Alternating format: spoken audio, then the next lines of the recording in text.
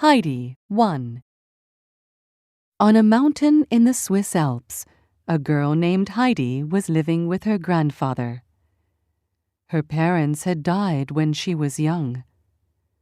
Her grandfather was thought of as a hermit by the people in the village, which was at the foot of the mountain. They were scared of him. Heidi's best friend was Peter, a young goat herder.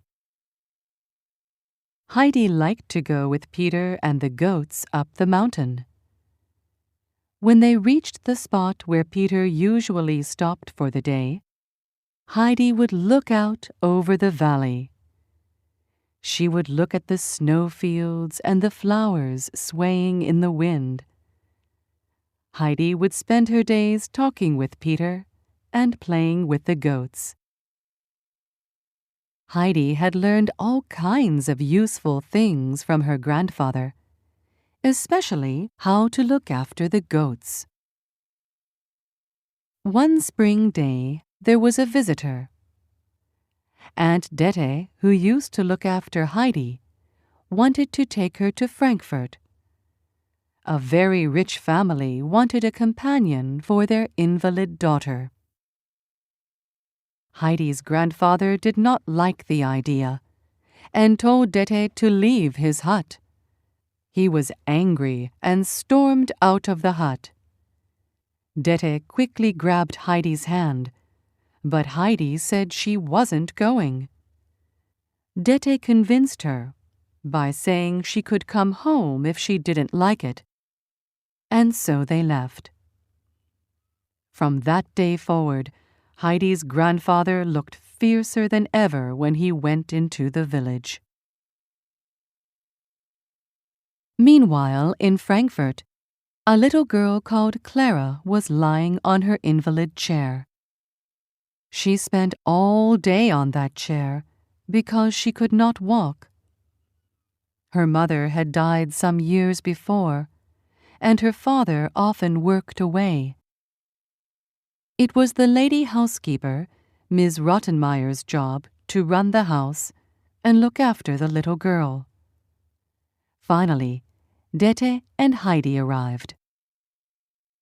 At dinner, Ms. Rottenmeier began listing many rules of the house. While the lady was talking, Heidi fell asleep in her chair. Clara was very amused. When Heidi opened her eyes the next morning, she could not think where she was. She was sitting up in a high white bed. Heidi dressed herself and tried to look outside. She could see nothing but walls and windows. After breakfast, Heidi told Clara about the goats, mountains, and the sound of the fir trees that she loved to hear. Suddenly, Heidi jumped up and ran down to the front door. She thought she had heard the sound of fir trees, but there weren't any.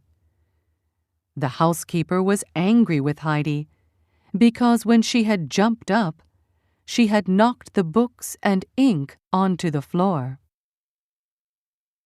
Each afternoon, Heidi would tell Clara many wonderful things about life on the mountain. Each time Heidi spoke about it, she would become more and more homesick.